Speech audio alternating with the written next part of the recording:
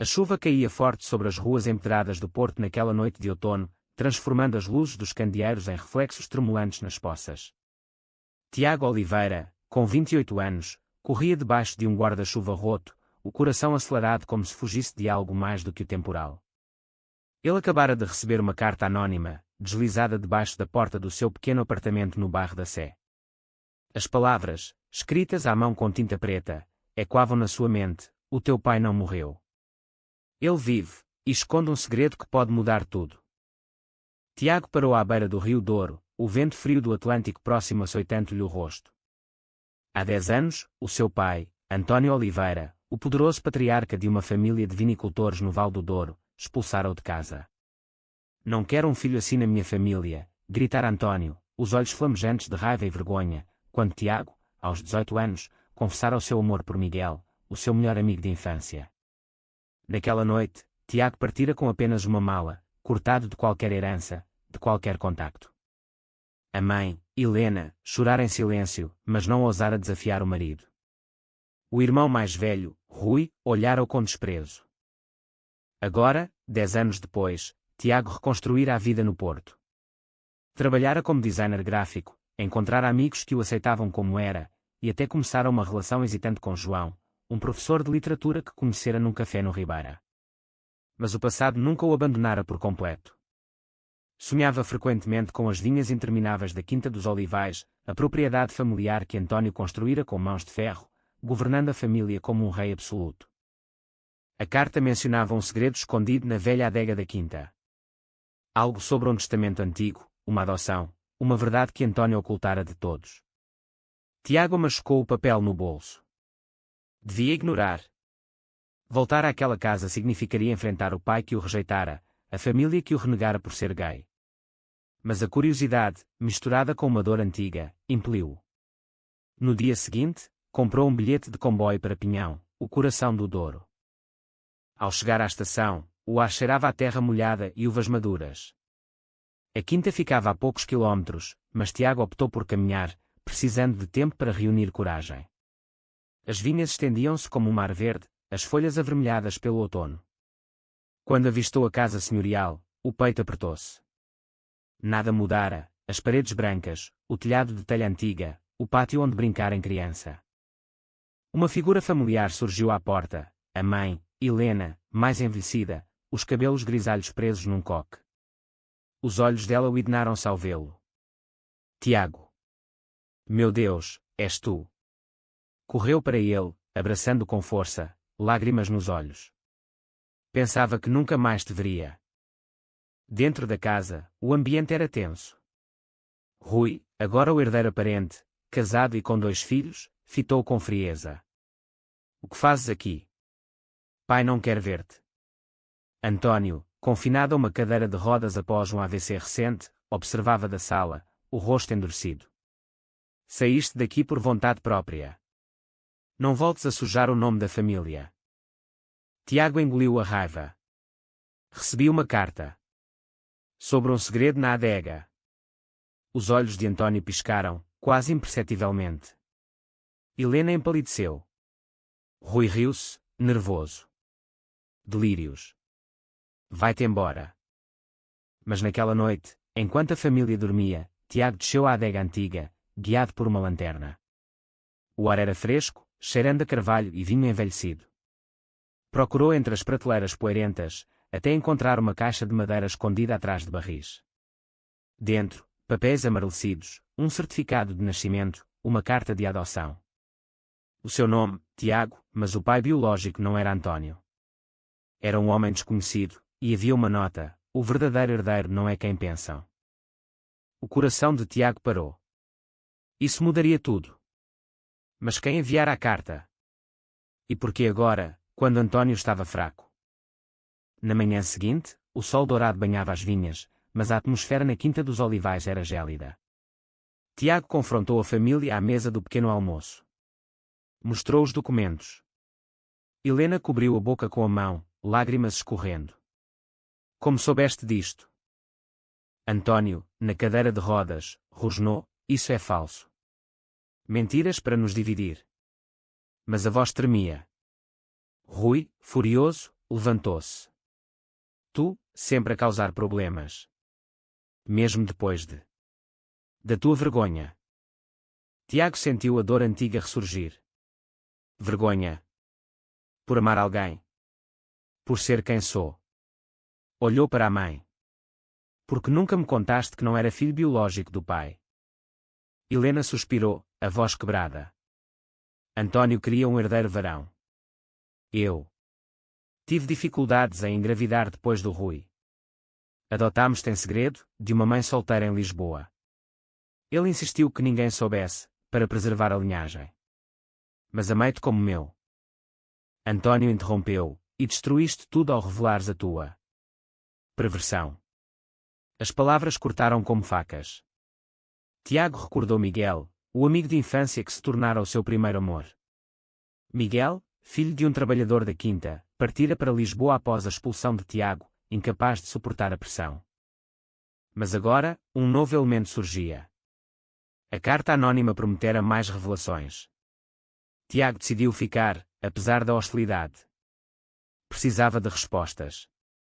Durante o dia, ajudou nas vindimas, como antigamente, sentindo o peso da terra nas mãos.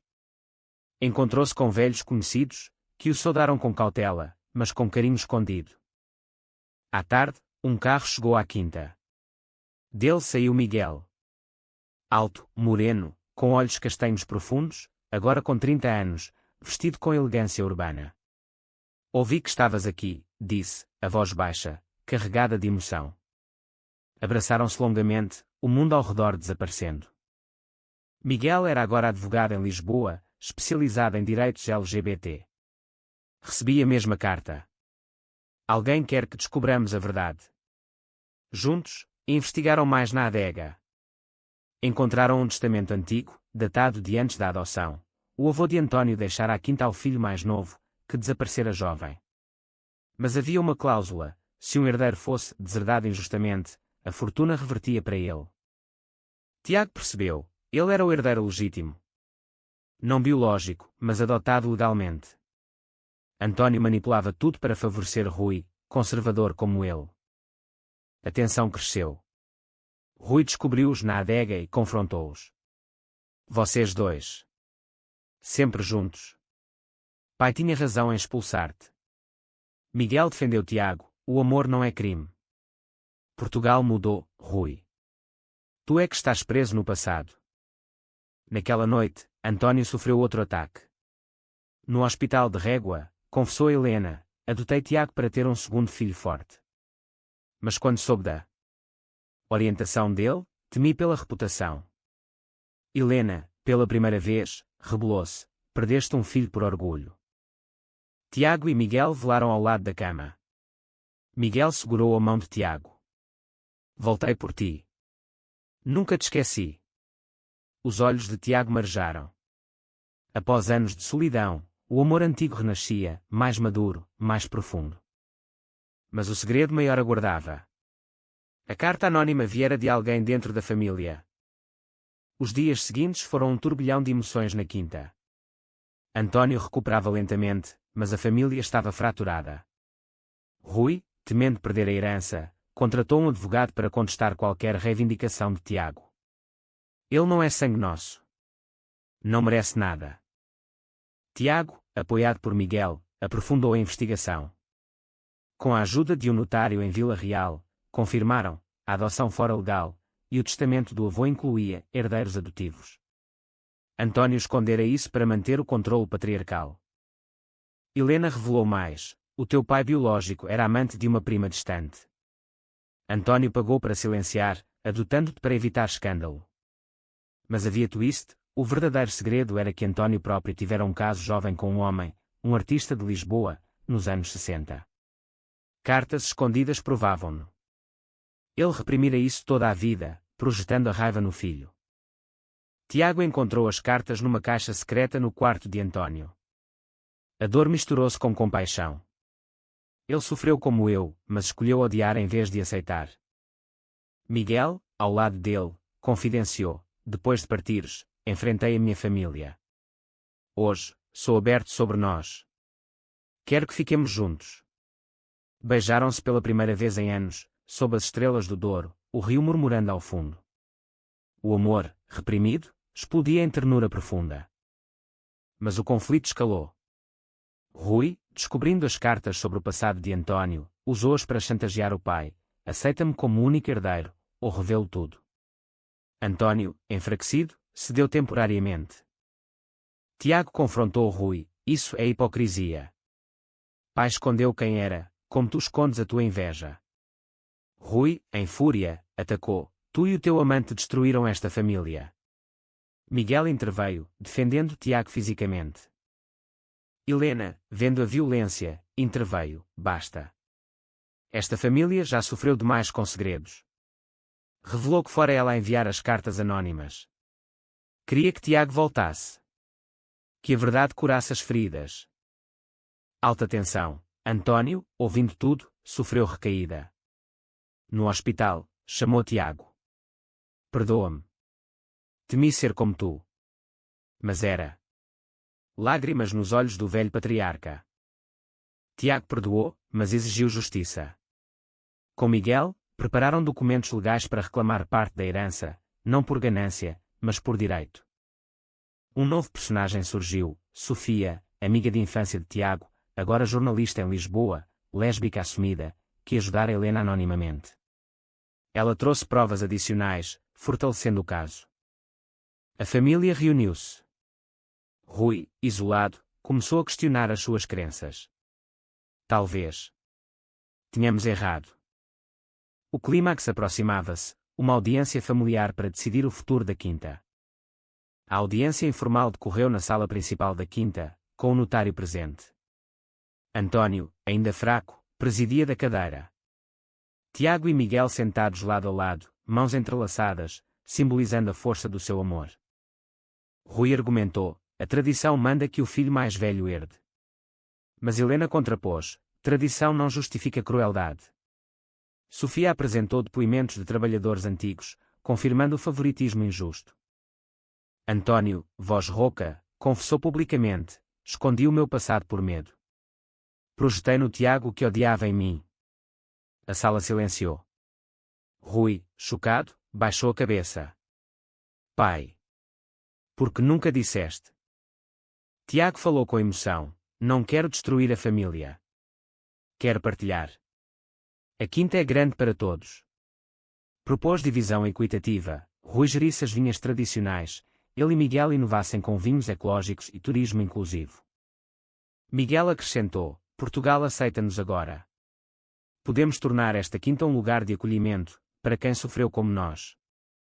António concordou, alterando o testamento. Tiago, foste o mais forte. Mereces isto. Mas um twist inesperado: o pai biológico de Tiago apareceu. Um homem idoso, antigo amante da prima, que Helena contactara. Queria conhecer o filho que perdi. Abraços emocionados. Ele não queria herança, só conexão. Rui, tocado, pediu desculpas. Fui cego pelo medo de perder tudo. Aceito-vos. Abraçou Tiago, hesitante, mas sincero. A família começava a curar-se. Tiago e Miguel decidiram morar na quinta parte do tempo, equilibrando com Lisboa. O amor deles florescia, planeando uma cerimónia simples, celebrando a união legal possível em Portugal. No entanto, sombras permaneciam. Um primo distante, invejoso, ameaçava contestar legalmente. A adoção foi irregular, alegava. Alta drama, uma tempestade destruiu parte das vinhas. Todos uniram-se para salvar a colheita, fortalecendo laços. Tiago refletia: o abandono o tornara resiliente. O segredo reverteu não só a fortuna, mas os corações. Meses passaram. A quinta renascia após a tempestade, simbolizando a família. Tiago e Miguel casaram-se numa cerimónia íntima nas vinhas, com Helena radiante, António abençoando, Rui como padrinho. O primo contestador perdeu o caso, documentos provaram a adoção válida. A fortuna dividiu-se justamente. Tiago descobriu mais: António, jovem, amara o artista, mas casara por pressão familiar. Fui cobarde, confessou numa conversa noturna com Tiago. Tu foste corajoso. Rui, mudado, confidenciou a Sofia: sempre admirei o Tiago, mas invejei a liberdade dele. Começaram uma amizade profunda, Rui questionando a própria rigidez. Miguel e Tiago abriram um espaço na quinta para eventos LGBT, acolhendo jovens rejeitados. Para que ninguém sofra como nós, disseram. Conflitos menores surgiam, vizinhos conservadores criticavam, mas a comunidade local, vendo a prosperidade, aceitava gradualmente. Um alto emocional, Helena adoeceu. No leito, reuniu todos. Amai-vos. Isso é a verdadeira herança. Morreu serenamente, unindo-os mais. Tiago chorou nos braços de Miguel. Perdi uma mãe, mas ganhei uma família verdadeira. António, enfraquecendo, passou o legado a Tiago como gestor principal. Tu reverteste tudo, filho. Com amor. Rui aceitou, encontrando paz em gerir parte menor. A quinta florescia, novos vinhos premiados, turismo crescente. Mas um último segredo, Miguel revelara que ajudara Helena nas cartas. Para te trazer de volta. Tiago sorriu, obrigado por salvares o meu coração. Anos depois, a Quinta dos Olivais era símbolo da redenção. Tiago e Miguel, casados há 5 anos, adotaram uma criança, criando a família sonhada. António faleceu pacificamente, reconciliado. No funeral, Rui falou, pai ensinou-nos rigidez, mas Tiago ensinou-nos amor. A fortuna, revertida pelo segredo descoberto, beneficiava todos, Rui prosperava, a criança crescia rodeada de avós postiços. Tiago, olhando o dor ao pôr do sol, abraçou Miguel. Do abandono à aceitação. Valeu cada dor. Miguel beijou, o nosso amor venceu preconceitos. A família expandia-se, Sofia casara com a parceira, trazendo vitalidade. Jovens visitavam, inspirados na história real de superação. Tiago escreveu um livro anónimo sobre a jornada, inspirando Portugal inteiro. No fim, a verdadeira herança não era dinheiro, mas coragem de amar abertamente. O Douro testemunhava, segredos destroem, mas verdades curam. E assim, o filho abandonado tornou-se o pilar, revertendo não só a fortuna, mas o legado de dor em esperança eterna.